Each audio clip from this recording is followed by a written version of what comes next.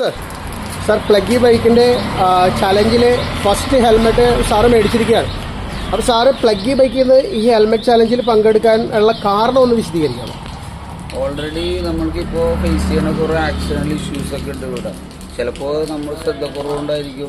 നമ്മളിങ്ങനെ ഒരു ഹെൽമെറ്റ് വെച്ച് കഴിഞ്ഞാൽ അത് വളരെ യൂസ്ഫുൾ ആയിരിക്കുള്ളൂ. കാരണം ബൈ ചാൻസ് എന്തെങ്കിലും ഒരു ബുദ്ധിമുട്ട് വന്നാൽ നമ്മൾ വീഴാനിടുന്നാൽ അതൊരു ഹെൽപ്ഫുൾ ആയിരിക്കും. അപ്പോൾ സാർ ഈ ഹെൽമെറ്റ് മേടിച്ചിരിക്കുന്നത് സാറിൻ്റെ കുട്ടികൾക്ക് വേണ്ടിയിട്ടാണ്? അതെ, കുട്ടികൾ ഇപ്പോൾ സൈക്കിൾ ഓടിക്കുന്നുണ്ട് അല്ലേ?